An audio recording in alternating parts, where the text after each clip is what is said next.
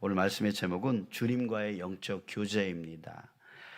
우리 수요일마다 목표가 있습니다. 바로 예수님이 누구인지 알아가는 거, 그리고 신앙생활을 어떻게 해야 우리가 정말 주님의 은혜를 받으며 복받으며 살아갈 수 있는지, 이 가장 기초적인 그런 신앙을 우리가 말씀을 나누고 있는 거예요. 그랬을 때 여러분들, 모든 건물은 다 기초가 중요한 겁니다. 기초가 약하면 아무리 건물을 아름답게 지어도 그 건물은 무너질 수밖에 없고 금이 갈 수밖에 없습니다.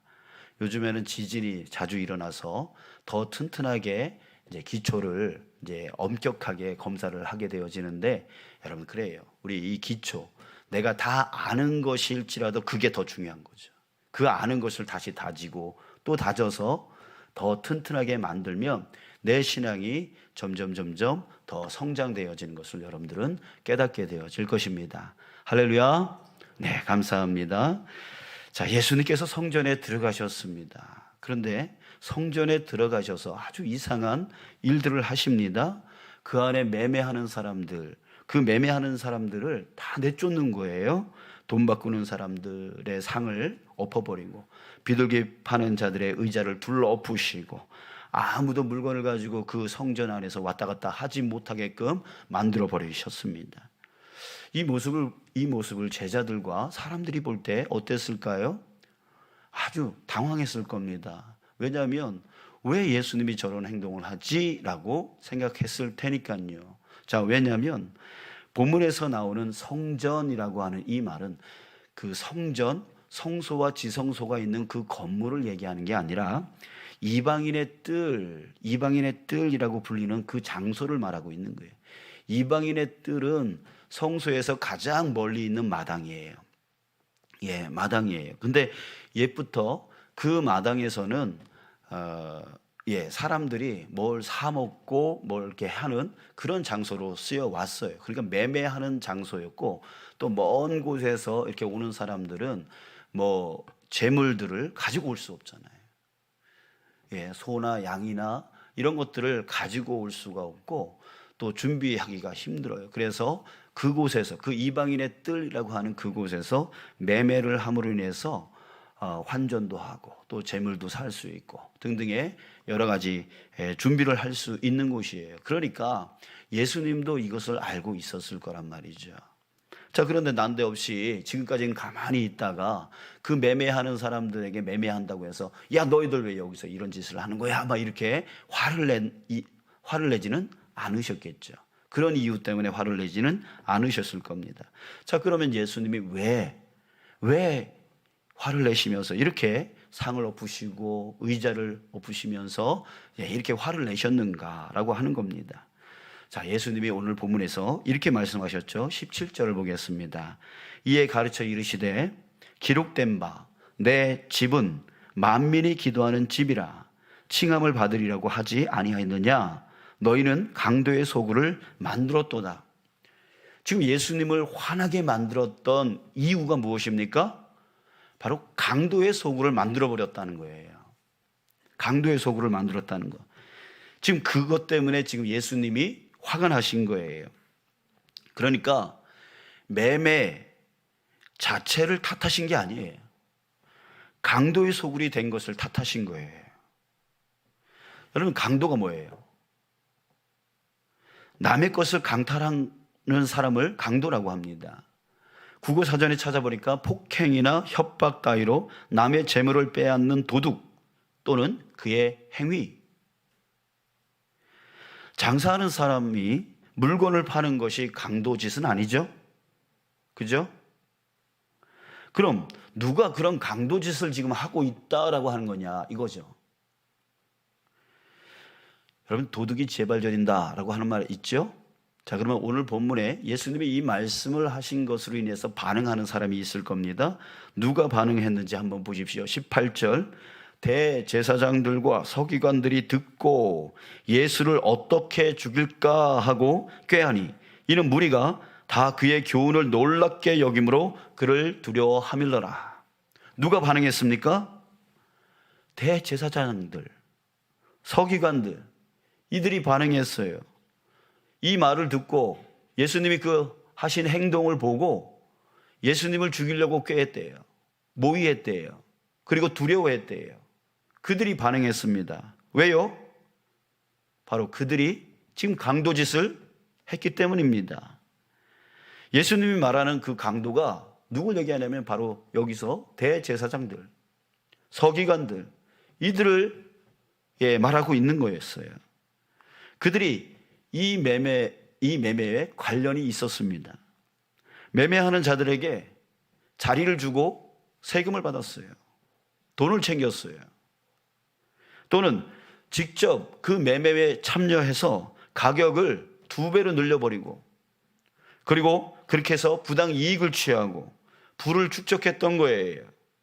그러니까 지금 소상공인이 와가지고 그거 판매하는 거, 그거 갖다가 너희들 뭐 하는 짓이야, 여기를 강도소굴로 만들었어, 막 이렇게 말씀하시는 게 아니라 그들을 이용해서 강도짓을 하고 있는 대제사장들, 그 서기관들, 그들을 향해서 너희들이 이곳을 강도의 소굴로 만들었다라고 하면서 너희들이 강도다라고 하면서 지금 예수님이 화를 내시고 있는 거예요. 여러분, 원래 대제사장들, 서기관들은 뭐 하는 사람들입니까? 백성들이 하나님께 기도하고 또 하나님께 예배 드리도록 인도하는 자들입니다. 그리고 하나님의 말씀을 잘 가르쳐서 그 하나님의 말씀대로 살아가게 만들어주는 사람들입니다.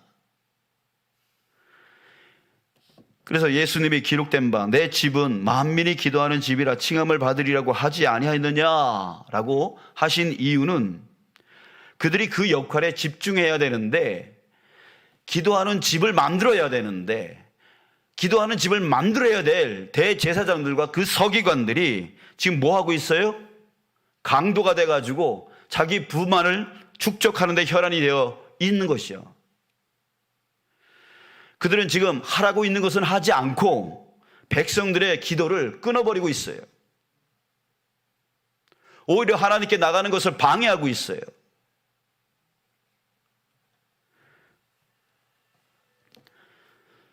지난주 수요 예배 때 말씀 여러분들 기억하십니까? 카이로스와 크로노스라는 말을 썼었죠. 카이로스와 크로노스의 시간에 대해서 설교하면서 우리는 반드시 카이로스의 시간을 잡아야 한다라고 했습니다. 그런데 많은 사람들이 일생일대 찾아온 그 하나님의 은혜 받는 기회, 그 카이로스의 기회를 놓쳐버리고 무의미하게 산다라고 했어요. 자, 왜 그렇습니까? 바로 기도, 즉 하나님과의 영적 교제가 깊이 이루어지지 않기 때문입니다. 그래서 영이신 하나님의 그 존재하심, 그리고 영이신 하나님의 역사하심을 보지 못하고 깨닫지 못하기 때문인 것이죠. 여러분들, 이 시간에도 이곳에 하나님이 존재하고 계심을 믿습니다. 그리고 그 존재하신 하나님이 역사하고 계심을 믿습니다. 그러니까 영적으로 깨어있는 사람들은요, 그 하나님을 본다는 거죠. 그 하나님이 이곳에 임재하고 계신 것을 본다라는 거 하는 거예요. 깨닫는다고 하는 거예요. 그러니 찬양이 어떻게 되겠어요? 그냥 소홀하게 찬양이 되겠어요? 지금 하나님이 내 앞에 계시는데요, 내 눈에 보이는데요, 내 생명을 다해서 찬양할 수밖에 없는 거죠. 내 생명을 다해서 기도할 수밖에 없는 거예요. 그러니까 그렇게 깨어있는 사람들은 하나님 앞에 찬송과 기도와 그 말씀의 들음이 소홀치 않는 거죠. 자, 이것이 바로 기도, 하나님과의 영적 교제가 깊어진 사람들의 모습입니다. 또 무화과나무 열매 얘기를 했죠. 무화과나무에는 왜 열매가 없었습니까? 무엇이 문제였을까요? 여러 가지 이유가 있었겠죠. 꽃이 수정되지 않아서 열매를 맺지 못할 수도 있고, 또 꽃이 폈는데 냉해가 와서 꽃이 다 떨어져서 열매가 안 맺힐 수 있고, 또 벌레가 충이 껴서 꽃이 다 떨어져 가지고 또 열매가 없을 수 있습니다. 자, 그러나 이런 이유라면 다음 해에 다시 열매를 맺을 수 있는 기회가 있을 겁니다. 자, 그러나 영영 열매를 맺지 못하는 나무가 있어요. 어떤 나무예요? 뿌리에 문제가 생긴 나무입니다. 뿌리가 썩거나 말라버리거나 그 뿌리의 기능을 잃어버렸을 때 그 나무는 영영 열매를 맺지 못합니다. 아예 그 나무 전체가 죽어버리죠. 20절에 보면 실제 그 나무가 어떻게 됩니까? 뿌리채 말랐다 이렇게 말하고 있습니다. 그러니까 이 나무는 예수님이 그 무화과나무에게 갔을 때 그 나무는 이미 뿌리에 문제가 있었던 나무였어요. 그러니 열매를 맺을 수가 없었던 거예요. 그리고 그 다음날 그 나무는 말라 죽어버렸던 것이죠. 자, 뿌리가 뭐예요? 나무의 본질을 말합니다. 땅의 영양분을 공급받는 통로입니다. 나무가 살아가는데 가장 필요한 것이죠. 그래서 나무는 줄기가 잘리고 가지가 잘리고 잎이 떨어져도 뿌리만 건강하면 다시 살아날 수가 있습니다. 근데 반대로 뿌리가 죽어버리면 아무리 영양제를 투입하고 아무리 살리려고 해도 다 죽어버려요. 여러분들, 우리 신앙의 뿌리가 무엇입니까? 본질이 무엇입니까? 우리 신앙의 본질이 뭐예요? 바로 하나님과의 영적 교제입니다. 하나님과의 영적 교제. 시냇가에 심은 나무, 그게 바로 하나님과의 영적 교제가 원활하게 이루어지는 그런 성도를 말하는 거예요. 그러니까 다른 거 다 죽어도 하나님과의 영적 교제가 원활하게 되어지면 그 사람은 다시금 세워진다는 거죠. 다시금 일어난다는 거예요. 다시금 회복되어진다는 거예요. 그 하나님과의 그 교제를 통해서 영적 공급을 다시 받기 때문에. 자, 예수님이 기도하는 집을 강조한 이유가 바로 여기에 있습니다. 기도가 바로 하나님과의 영적 교제이기 때문에 그렇습니다. 마가다락방 이야기를 하죠. 마가다락방에서 성령 강림 사건이 일어났죠. 그 이후에 교회는 아주 놀랍게 부흥 성장했습니다. 믿음의 공동체는 저 세상, 어두운 세상, 믿지 않는 사람들에게까지 칭찬을 받았습니다. 자, 그런데 그렇게 성장하다가 문제가 생기기 시작했어요. 아나니아와 삽비라라고 하는 부부가 땅을 팔아서 하나님께 드리고자 땅을 팔았는데 욕심이 생겨서 그 반은 숨기고 반은 하나님께 드리는 척했어요. 그랬다가 결국 하나님을 속인다라고 해서 죽임을 당했죠. 또 당시 극빈자인 과부들이 많았는데 그 과부들을 구제하는 사역을 교회에서 했습니다. 자, 그런데 문제가 생긴 게 뭐냐면 헬라파 유대인 과부들과 히브리파 유대인 과부들 안에 불공평하게 구제금이 나간 거예요. 불공평하게 이렇게 책정이 된 거예요. 이것 때문에 원망이 일어나기 시작했습니다. 서로 다툼이 일어나기 시작했어요. 자, 이렇게 계속 덩치가 커지니까, 교회가 점점 커지니까 여기서 문제가 터지고 저기서 문제가 터지고 이게 도저히 걷잡을 수 없는 거예요. 계속 그 문제들이 많아지기 시작하는 거예요. 자, 그런데요, 그때 사도들이 이 문제를 갖고 고민을 합니다. 어떻게 해야 이 문제를 우리가 해결할 수 있을까 고민을 합니다. 그래서 내린 결론이 뭐였냐면 바로 사도행전 6장 3절 4절에 나오는데, 형제들아 너희 가운데서 성령과 지혜가 충만하여 칭찬받는 사람 7을 택하라. 우리가 이 일을 그들에게 맡기고 우리는 오로지 기도하는 일과 말씀 사역에 힘쓰리라. 뭐예요? 기도하는 일, 말씀 사역하는 일, 여기에 힘쓰겠다, 전념하겠다라고 내린 것이 그들의 결정입니다. 무슨 뜻이냐면 바로 본질에 전념하겠다라고 하는 얘기예요. 본질. 사람들은 문제를 해결하기 위해서 방법을 먼저 찾습니다. 야, 이거 어떻게 하면 되지? 어떻게 하면 되지? 이렇게 해야 되나 저렇게 해야 되나? 라고 하면서 그 문제를 어떻게 해결하려고 하냐면 좀 더 강하게 통치하려고 해요. 엄격한 법을 만들어서 그 법대로 하려고 해요. 질서를 만들어서 그 질서를 따르게 만들려고 해요. 그래서 그거를 따르지 아니하면 그 사람에게 체벌을 주는 방식으로 해서 억지로 만들려고 하는 것이죠. 교회도 마찬가지예요. 자꾸만 통제하려고 해요. 자, 이런 말을 많이 합니다. 야, 왜 이렇게 하냐? 저렇게 해야지. 왜 저렇게 하냐? 이렇게 해야지. 라고 하는 그런 말들을 계속 합니다. 그게 뭐예요? 통제하려고 하는 거예요. 자, 세상이나 교회나 그렇게 해서 어떻게 됐습니까? 안정화가 됐나요? 문제가 해결이 됐나요? 아니요. 해결이 안 돼요. 더 강한 법을 만들어서 또 통제를 하려고 합니다. 그러나 계속해서 문제는 끊이지가 않아요. 해결점이 없어요. 자, 그러나 사도들은 어떻게 한다고요? 기도와 말씀 사역에 힘썼다는 거예요. 어떻게 보면 사람들의 눈에 그 사도들이 이렇게 결정 내린 것을 지네들이 못하니까 남한테 맡기고 지네들은 쉬운 기도, 말씀을 한다고 그러는구나. 이게 뭔가 회피하는 것처럼 보일 수 있습니다. 그러나 결과는 어떻게 됐죠? 사도행전 6장 7절에 보니까 하나님의 말씀이 점점 왕성하여 자, 사도들이 자기들 먼저 기도와 말씀에 집중하고 또 성도들에게 기도하게 하고 또 말씀을 가르치고 하는 것에 집중하다 보니까 하나님의 말씀이 자기네들뿐만 아니라 성도들에게 왕성해지기 시작했어요.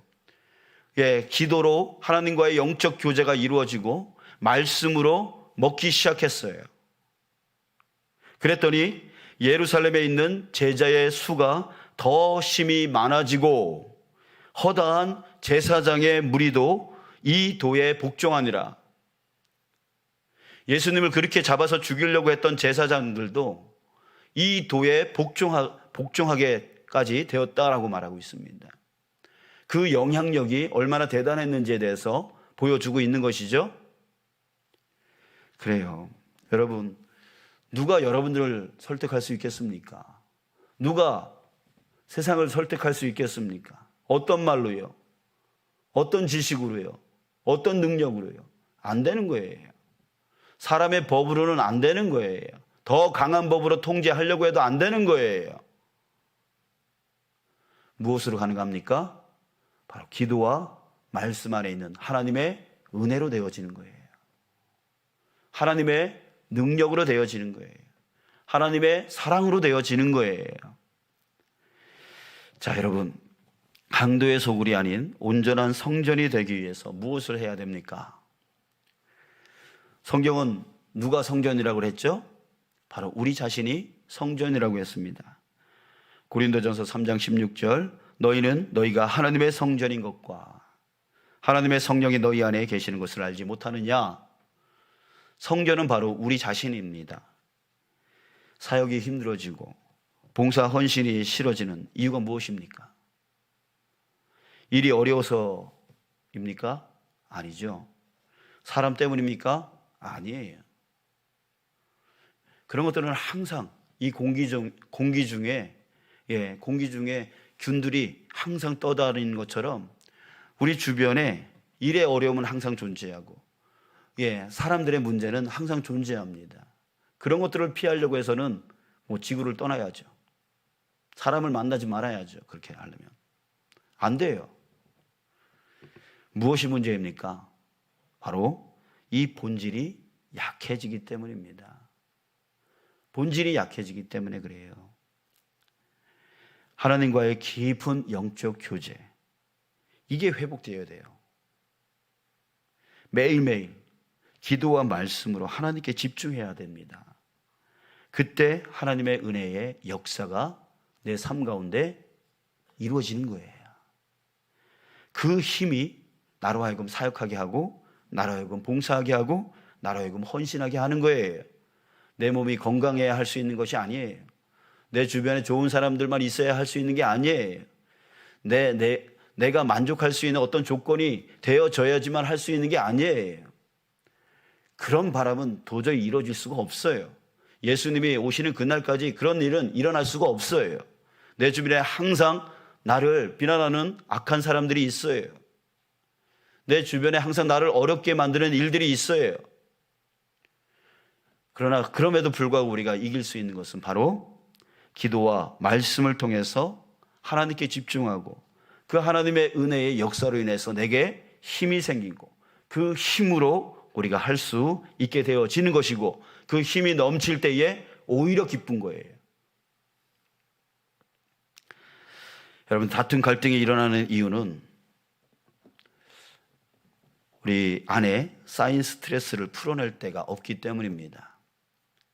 아무리 착해도요, 피곤하고 스트레스가 쌓여있으면 승질이 나옵니다. 그잖아요?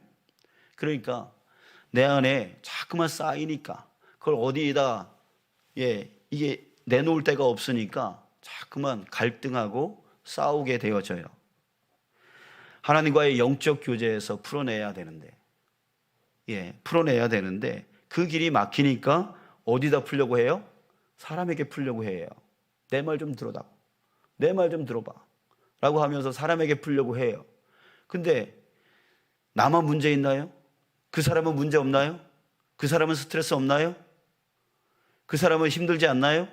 그러니 서로 힘든데 그 사람 붙들고 풀어봤자 그 사람이 받아줘요? 그러면 자기 말만 하지. 야, 너 말 힘드냐? 나도 힘들다 하면서 말을 끊어버리죠. 자기 얘기하려고 그러죠. 서로 자기 얘기하려고 그래요. 그러니까 너 왜 내 말 안 듣니? 라고 하면서 서로 싸우고 다툼이 일어나는 거예요. 그럴 만한 능력이 없어요, 우리에게는.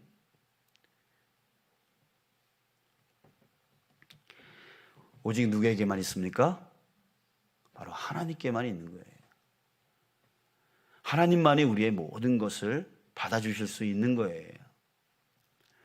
자, 그렇기 때문에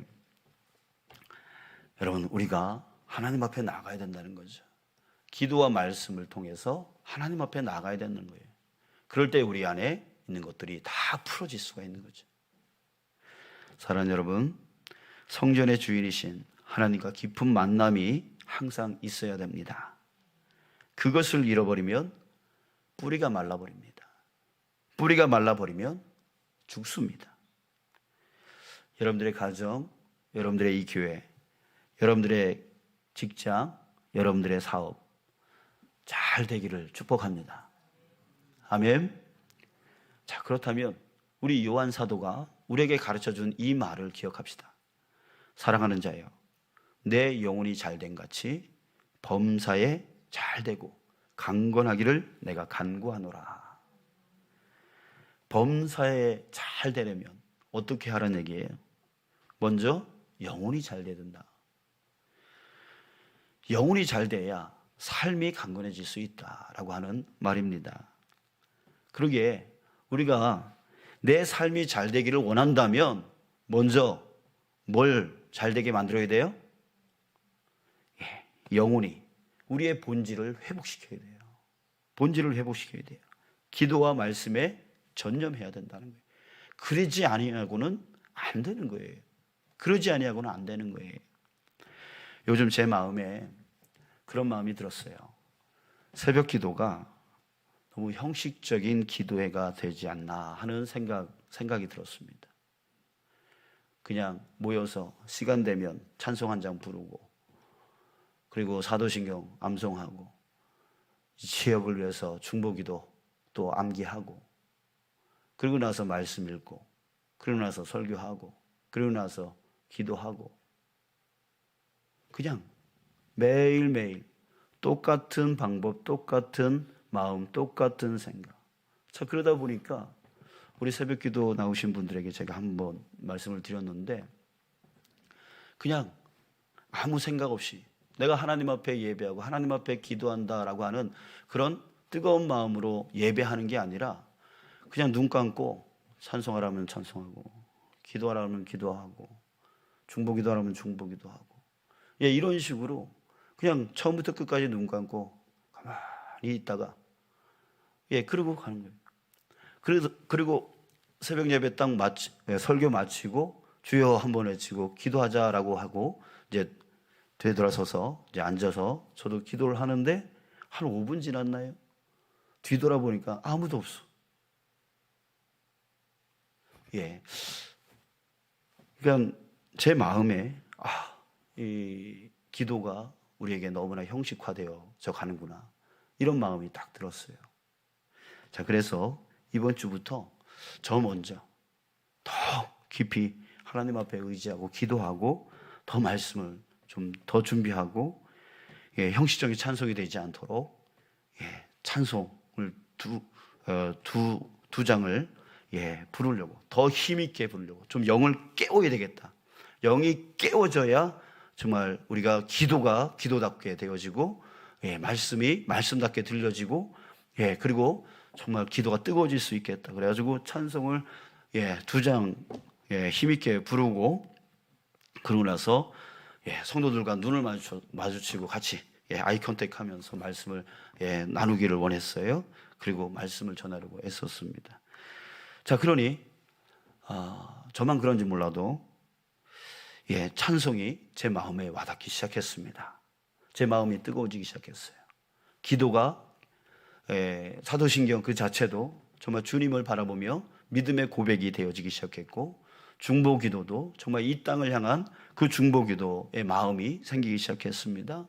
그리고 설교도 정말 우리가 이 말씀대로 살아야겠다라고 하는 그런 마음이 생겼고, 또 설교 후에 기도도 제 마음 안에 뜨거움이 있었습니다.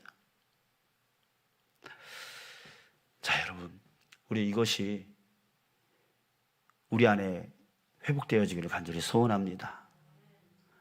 우리가 매주마다 주일 예배, 오후 예배, 수요 예배, 새벽 예배 계속 다람쥐 쳇바퀴 돌아가듯이 똑같은 지금 예배를 드리고 있지만, 그러나 우리의 마음은 똑같으면 안 되는 거죠. 우리의 마음이 그 형식에 매몰되어져서는 안 되는 거예요. 그 형식은 우리를 위해서 존재합니다. 그러나 그 내용은 누가 채워야 됩니까?